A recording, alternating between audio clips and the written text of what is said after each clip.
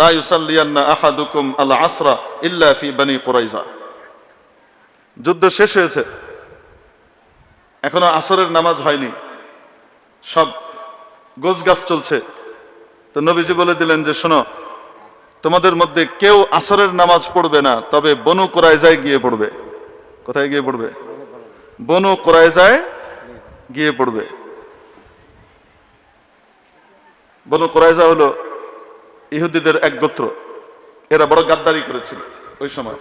তো আল্লাহ পাক আদেশ করেছেন যে যুদ্ধ একটা শেষ হয়েছে, বাড়ি ফিরা যাবে না, আগে বনু কুরাইজাকে সাইজ করেন তারপরে। এখন নবীজি বলেছেন সবাই কোথায় আসর পড়বে? কেউ যেন তোমাদের মধ্যে আসর না পড়ে, তবে কোথায় গিয়ে? বনু কুরাইজায় গিয়ে। সাহাবীরা রওনা করলেন, এখানে গোছগাছ করে রেডিমেডি হয়ে কোনো মতে একটু সামাল টামাল দিয়ে রওনা করেছেন। রওনা করে যাওয়ার পথে, বুখারী শরীফের হাদিস, যাওয়ার পথে একটা ঘটনা ঘটলো। সেটা কি? বনু কুরাইজা এখনো দূর, কিন্তু সূর্য ডুবে যাচ্ছে। কি ডুবে যাচ্ছে? সূর্য ডুবু ডুবু প্রায়, এখনো বনু কুরাইজা অনেক দূর। তো আসরের নামাজ সূর্য ডুবার পরে না সূর্য ডুবার আগ পর্যন্ত? তার আগেই তো পড়তে হবে, নাহলে নামাজ কাজা হয়ে যাবে না?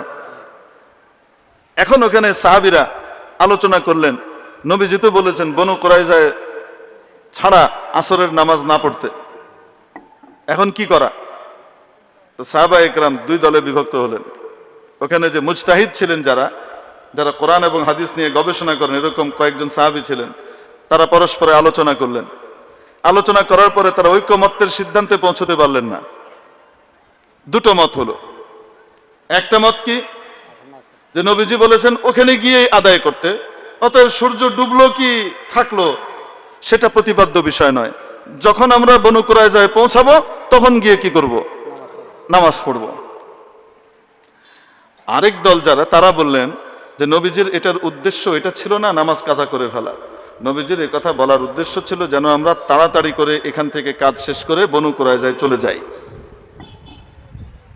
নবীজি তো আর জানতেন না যে আমাদের মধ্যে অনেকের রাস্তার ভিতরে আসর কাজা হওয়ার প্রক্রিয়া দেখা দিবে।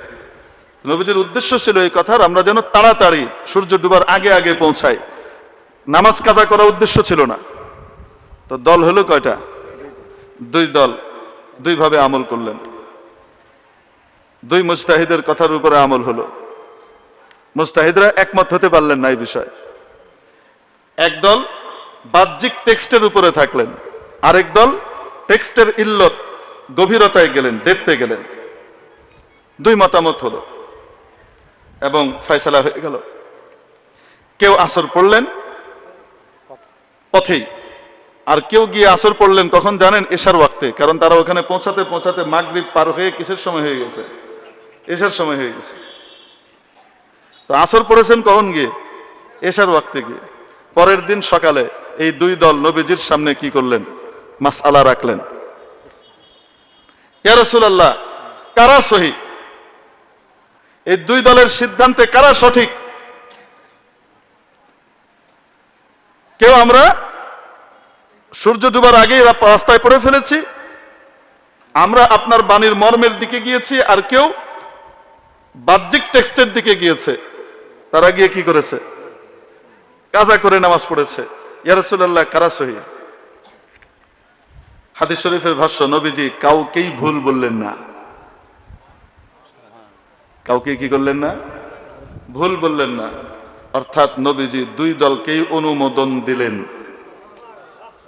তাহলে বলেন তো দেখি, নবীজি এবং আল্লাহর পক্ষ থেকে যত দলের অনুমোদন হবে সবগুলাই সহি হইতে পারে, ঠিক কি ঠিক না? আমাদের ভিতরে একটা কথা বারবার অনেকে বলে, হক একটাই হবে, হক কখনো একাধিক হতে পারে না, এটা ভুল। হক সেটাই যেটার অনুমোদন আল্লাহর পক্ষ থেকে আসে। সাধারণ মানুষ যখন কোনো মাসআলার ভিতরে আটকে যায়, তখন তারা দায়িত্ব হলো যে মাসআলা কোরআনেও পরিষ্কারভাবে বর্ণনা করা নাই, হাদিসের ভিতরে পরিষ্কারভাবে বর্ণনা করা নাই, অথবা অস্পষ্টভাবে বর্ণিত আছে, অথবা একাধিক রকমের বর্ণনা আছে। এই সমস্ত ক্ষেত্রে উম্মত আমল করার শিক্ষা হলো যে তারা মুজতাহিদ আলেমদের কি করবে? অনুসরণ করবে, মুজতাহিদের ফয়সালা অনুযায়ী আমল করবে। যার কাছে যেই মুজতাহিদের মত পছন্দ হয় সেই মুজতাহিদের কথা অনুযায়ী সে আমল করবে। ইহতাদি। এখানে আমাদের সমাজের ভিতরে মাঝে মাঝে গন্ডগোল হয়, হয় কি হয় না? মাযহাব গায়রে মাযহাব এই নিয়ে লাগে গন্ডগোল। আরে এখন কাফের পিটানোর সময়, এখন মুসলমানদেরকে ভ্যানিশ করা হচ্ছে। গোটা পৃথিবীর সমস্ত মুসলমান এক প্ল্যাটফর্মে আসার সময়। এখন এই ছোট্টখাট্ট বিষয় নিয়ে দ্বন্দ্ব করার সময় নয়। এখন সহিহ হাদিস, এই হাদিস ওই হাদিসের কথা বলে মসজিদ ভিন্ন করার সময় নয়। কেউ যদি করে তো বুঝতে হবে সে অর্বাচীন, এখনো ইসলাম ঠিক মতো বুঝে নাই। এই সমস্ত শাখাগত বিভেদ সাহাবীদের যুগেও ছিল, তাবেঈর যুগেও ছিল।